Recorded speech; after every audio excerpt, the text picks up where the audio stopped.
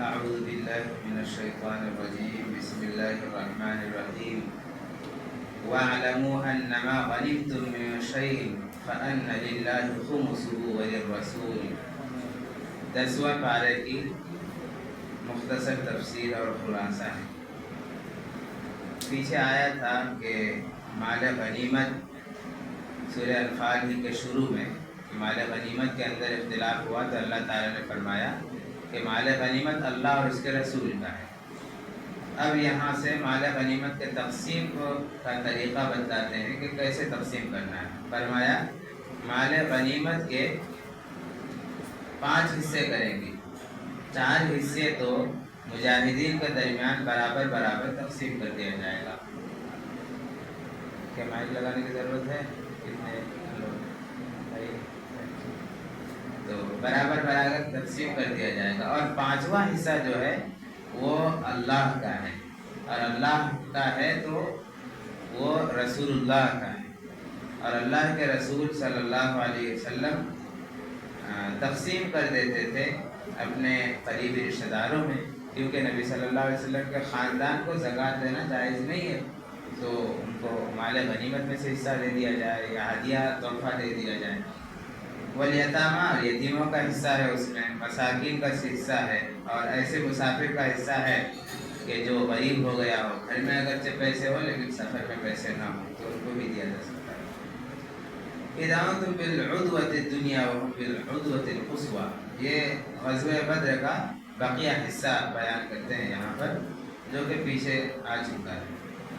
یا ایھا الذین آمنوا اذا لقیتم فئۃ فاثبتوا واذکروا اللہ، یہاں جنگ کے اندر اگر اللہ سے مدد چاہیے اور اللہ کی مدد حاصل کرنی ہے تو اس کے 6 اصول بیان فرمائے۔ پہلا اصل یہ ہے کہ جب جنگ کرو تو ڈٹ جاؤ، اس میں بالکل بھی گھبرانے کی ضرورت نہیں ہے۔ اور دوسرا فرمایا اللہ کا ذکر اس حالت میں بھی کثرت سے کرتے رہو تو اللہ کی مدد آتی رہے گی۔ اور تیسری بات فرمایا اللہ اور اس کے رسول کی اطاعت کرو۔ اور چوتھی بات فرمایا کہ آپس میں اختلاف مت کرو، لا تنازعوا، آپس میں اختلاف مت کرو۔ چوتھی بات واصبروا، صبر کرو، اگر کوئی مصیبت پیش آتی ہے، کوئی پریشانی آتی ہے، چوٹ لگتی ہے یا ایسا کچھ ہوتا ہے تو اس میں صبر کرو۔ اور 7ویں چیز فرمایا کہ اس میں تکبر مت کرو اور لوگوں کو دکھلاوے کے لیے اکڑ کر مت چلو۔ اگر ان چیزوں کے پاس لحاظ رکھے گا تو انشاءاللہ اللہ کی مدد آئے گی اور فتح نصیب۔ وَأَعِدُّوا لَهُم مَّا اسْتَطَعْتُم مِّن قُوَّةٍ، فرمایا کہ جنگ کی تیاری رکھو، ایسا نہ ہو کہ غیر تم پر غالب آ جائے۔ آگے فرمایا مَا كَانَ لِنَبِيٍّ أَن يَكُونَ لَهُ أَسْرَىٰ، یہاں جب جنگ بدر ہوئی تھی تو اس وقت 70 سرداران قریش قیدی ہو کر کے آ گئے تھے، تو قیدیوں کے ساتھ کیا معاملہ کیا جائے؟ صحابہ سے مشورہ کیا تو حضرت ابوبکر صدیق رضی اللہ عنہ نے فرمایا کہ ان سے فدیہ لے لیا جائے اور ان کو چھوڑ دیا جائے۔ اور حضرت عمر رضی اللہ تعالیٰ عنہ نے فرمایا کہ نہیں، سب کو مار دیا جائے، انہوں نے مسلمانوں کو بہت ستایا اور یہ ائمۃ الکفر ہے، کفار کے سردار ہیں۔ نبی صلی اللہ علیہ وسلم رحمۃ للعالمین تھے، حضرت ابوبکر رضی اللہ عنہ کے مشورے پر عمل کیا اور فدیہ لے لیا، اور جو لوگ فدیہ دینے کے قابل نہیں تھے ان کو کہا گیا کہ تم ہمارے بچوں کو پڑھنا لکھنا سکھا دو، اس کے بعد تم چلے جا سکتے ہو۔ لیکن یہ فیصلہ اللہ کو پسند نہیں آیا، فرمایا مَا كَانَ لِنَبِيٍّ أَن يَكُونَ لَهُ أَسْرَىٰ حَتَّىٰ يُثْخِنَ فِي الْأَرْضِ تُرِيدُونَ عَرْضَ الدُّنْيَا، ایسا فیصلہ آپ کو نہیں کرنا چاہیے تھا۔ کیا آپ دنیاوی زندگی کو چاہتے ہیں؟ واللہ یرید الآخرہ، اللہ تعالیٰ تو آخرت کو چاہتے ہیں۔ ان کافروں کے جو سرداران تھے ان سب کو قتل کر دینا چاہیے تھا، آپ کو ان سے فدیہ نہیں لینا چاہیے تھا، اللہ تعالیٰ بہت دیتا مال و دولت۔ اور فرمایا کہ اگر مقدر میں یہ بات لکھی ہوئی نہیں ہوتی تو آپ پر عذاب آ جاتا۔ ان صحابہ جنہوں نے یہ مشورہ دیا تھا، خیر اللہ تعالیٰ نے ان پر رحم فرمایا اور پھر کچھ نہیں۔ والذین آمنوا وہاجروا وجاہدوا فی سبیل اللہ، یہاں مہاجرین اور انصار کا تذکرہ ہے۔ اللہ تعالیٰ نے فرمایا ہم المؤمنون حقا، اللہ تعالیٰ نے مہاجرین اور انصار کے بارے میں فرمایا کہ یہ پکے مومن ہیں. اللہ تعالیٰ کی گواہی ہے کہ مہاجرین صحابہ اور انصار صحابہ پکے مومن ہیں. ان کے ایمان میں اور کون شک کر سکتا ہے؟ جیسا کہ شیعہ حضرات کہتے ہیں کہ حضرت علی، فاطمہ، حسن، حسین کے علاوہ سب مرتد ہو گئے تھے، نعوذ باللہ. تو یہ غلط عقیدہ ہے. اللہ تعالیٰ نے فرما دیا وہ پکے مومن ہیں، تو اب اس کے ایمان میں کون شک کر سکتا ہے؟ مہاجرین اس کو کہتے ہیں جو اللہ کے دین کے خاطر اپنے دربار چھوڑ کر چلے گئے، اور انصار وہ جو ان لوگوں کی مدد کی اور ان کو ٹھکانا کیا. سورہ انفال مکمل ہوا. سورہ توبہ، براءۃ من اللہ ورسولہ الی الذین عاہدتم من المشرکین. اس سورت کے شروع میں بسم اللہ الرحمن الرحیم نہیں لکھا ہوا ہے، چنانچہ اگر ہم تلاوت کرتے ہوئے پیچھے سے آئیں گے تو بسم اللہ نہیں پڑھیں گے، اور اگر یہیں سے تلاوت شروع کریں گے تو پھر بسم اللہ پڑھیں گے. اس سورت کا نام سورہ توبہ ہے چونکہ اس میں غزوہ تبوک میں چند صحابہ شریک نہیں ہو سکے تھے، کسی وجہ سے وہ پیچھے رہ گئے تھے، تو ان پر اللہ کا عتاب آیا تھا. پھر اللہ تعالیٰ نے انہیں معاف کر دیا، انہوں نے توبہ کی اور اللہ نے توبہ قبول فرما لی. تو اس توبہ کی طرف نسبت کرتے ہوئے اس پورے سورت کا نام سورہ توبہ رکھا گیا. شروع کے چند آیات میں 5 آیات میں 4 قسم کے مشرکین کے احکام بیان کیے. پہلی قسم یہ ہے کہ جس سے اللہ کے نبی صلی اللہ علیہ وسلم نے معاہدہ نہیں کیا تھا، کوئی صلح اور معاہدہ نہیں کیا. اور دوسری قسم یہ کہ جس سے معاہدہ کیا لیکن کوئی متعین مدت تک کے لیے نہیں معاہدہ کیا تھا. اس سلسلے میں یہ 2 آیتوں میں بیان فرماتے ہیں کہ ان کے ساتھ براءۃ من اللہ ورسولہ، اللہ اور اس کے رسول کی طرف سے برات کا اظہار ہے، یعنی اب ان کے ساتھ کوئی معاہدہ باقی نہیں رہے گا. فسیحوا فی الارض 4 اشہر، 4 مہینے تک گھوم پھر لو اچھی طرح سے اور دیکھ لو مسلمانوں کو، اور یا تو ایمان لے آؤ، اگر ایمان نہیں لاتے ہو تو پھر عرب کو چھوڑ کر چلے جاؤ، اگر نہیں جاتے ہو تو پھر جنگ کرنے کی ضرورت پیش آئے. اور اگلی 2 آیتوں میں تیسری اور چوتھی قسم کا بیان ہے. تیسری قسم یہ ہے کہ اس سے صلح کی ہے لیکن مدت متعین ہے، مثلا 9 مہینے یا 4 مہینے، تو وہ مدت مکمل کر لے. اور چوتھی قسم یہ ہے کہ صلح حدیبیہ کے موقع پر نبی صلی اللہ علیہ وسلم نے کفار اور مشرکین سے معاہدہ کیا تھا لیکن ان لوگوں نے خود توڑ دیا. تو سارے اقسام کے بارے میں فرماتے ہیں جس سے صلح نہیں ہوا تھا یا ہوا تھا تو متعین نہیں تھا، یا متعین ہوا تو اپنی مدت کو مکمل کرے، اور جنہوں نے معاہدہ کو توڑ دیا سب کے بارے میں اللہ تعالیٰ کی طرف سے برات ہے کہ اب کوئی ہمارے درمیان معاہدہ نہیں ہے، اب یا تو ایمان قبول کرو یا پھر یہاں سے چلے جاؤ، اگر نہیں جاتے تو پھر جنگ کے لیے تیار ہو جاؤ. آگے اہل کتاب کا تذکرہ ہے، اس کے بارے میں تھوڑا ڈھیل ہے. فرمایا کہ اگر وہ لوگ چاہیں تو جزیہ دے کر کے رہ سکتے ہیں ایک مدت تک. پھر حضرت عمر رضی اللہ تعالیٰ عنہ کا جب زمانہ آیا تو جو نبی صلی اللہ علیہ وسلم کی وصیت تھی کہ جزیرۃ العرب سے کفار، مشرکین اور یہود و نصارہ سب کو نکال دیا جائے، چنانچہ تمام کے تمام کو حضرت عمر رضی اللہ تعالیٰ عنہ نے نکال دیا تھا. اب قیامت تک مکہ اور مدینہ میں تو کفار داخل نہیں ہو سکتے، لیکن عرب کے دوسرے علاقوں میں جا سکتے ہیں. لیکن رہنے کا تو خیر یہ قرآن کے مطابق نہیں ہونا چاہیے، لیکن اگر کوئی رکھا ہے تو غلط کرتا ہے. جیسے کہ اگر وہاں کی حکومت رکھتی ہے تو انہوں نے غلطی کی. وما كان للمشركين ان يعمروا مساجد الله شاهدين على انفسهم.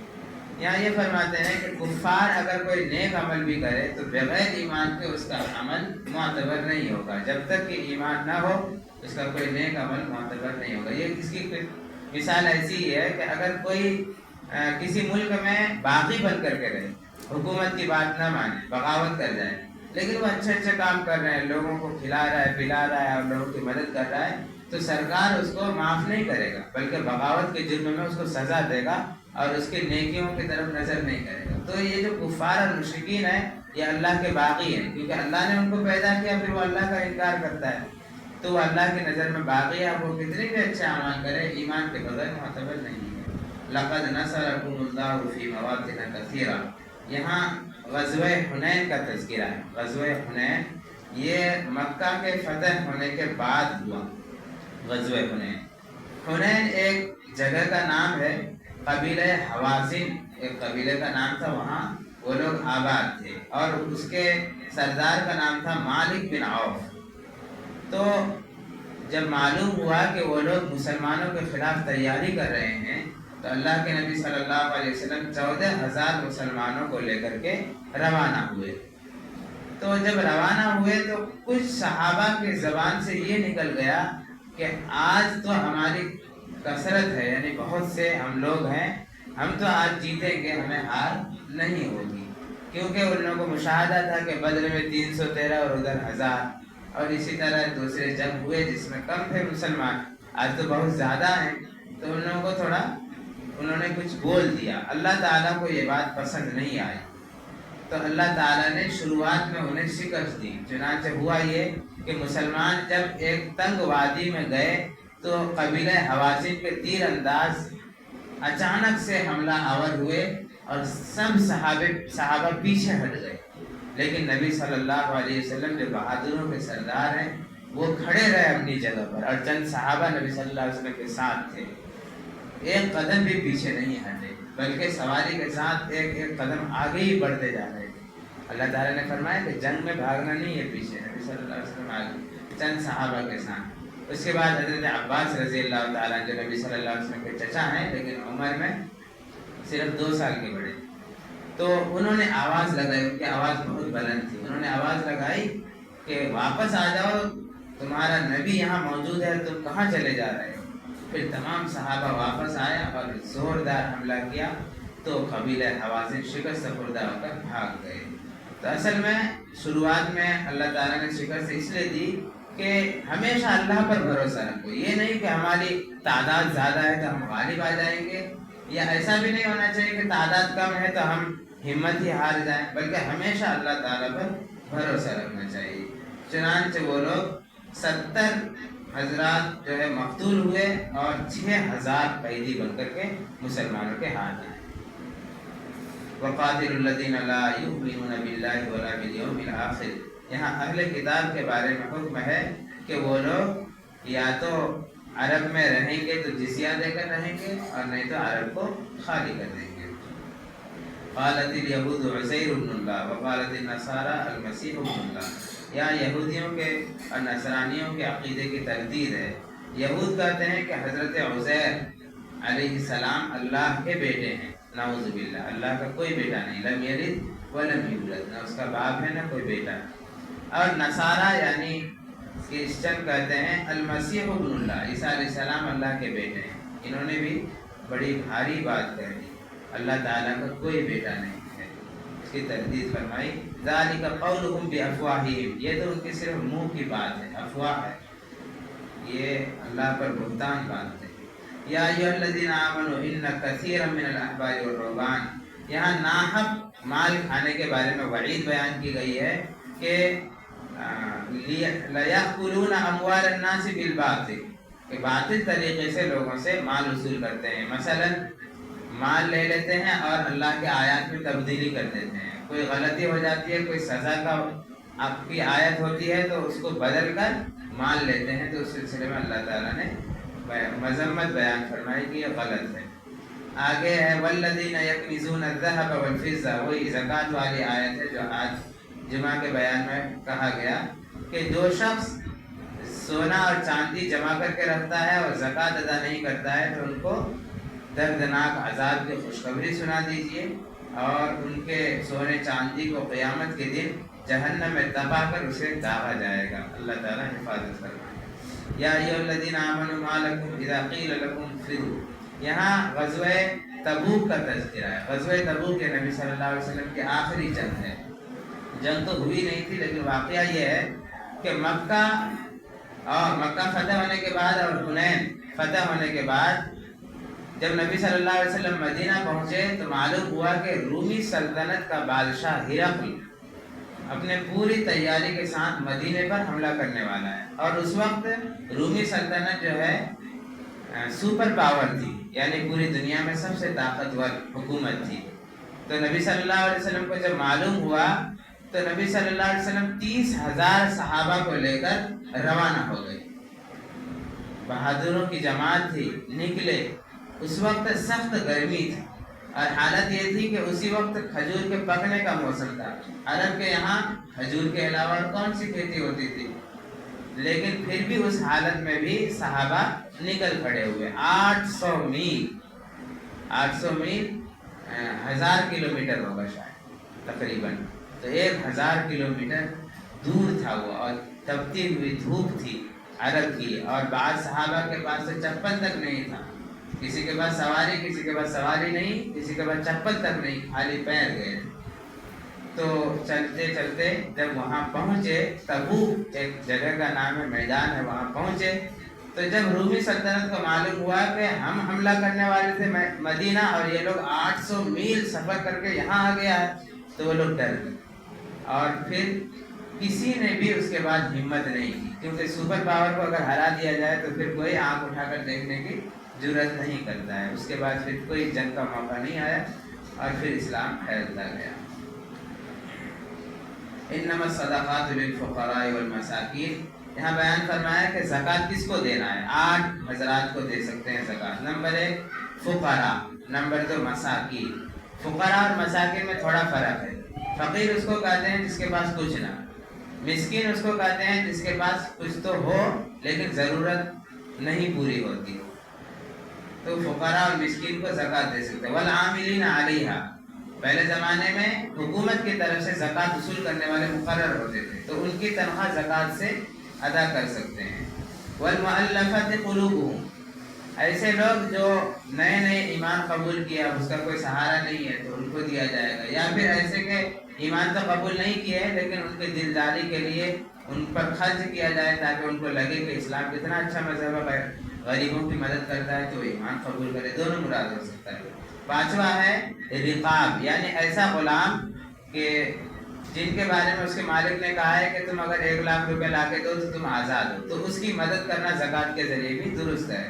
والغارمین, ایسا آدمی جو قرض میں ڈوبا ہوا ہے, اب وہ اس سے قرض ادا نہیں ہوتا ہے, تو لوگ زکوٰۃ دے کر کے اس سے قرض کو ادا کر سکتے ہیں, اجازت ہے. وفی سبیل اللہ, اور جو اللہ کے راستے میں مجاہدین ہیں. اس کے علاوہ جو مدارس میں طلبہ پڑھتے ہیں, اپنے آپ کو دین کے لیے وقف کر دیے ہیں, اب وہ کماتے ہی نہیں ہے, ہمیشہ قرآن اور احادیث کی تعلیم حاصل کرتے رہتے ہیں, تو وہ بھی اللہ کے راستے میں اسے بھی زکوٰۃ دیا جا سکتا ہے. وہ ابن سبیل, لیکن زکوٰۃ دینے میں داخل ہوگا کہ وہ طلبہ جو ہے بالغ یا نابالغ ہو, تو ان کے والدین غریب ہو, کیونکہ نابالغ بچے والدین کے تابع ہوتے ہیں. اب والدین اگر مالدار ہے تو نابالغ بچے بھی مالدار ہے, پھر اس کا زکوٰۃ دینا درست نہیں.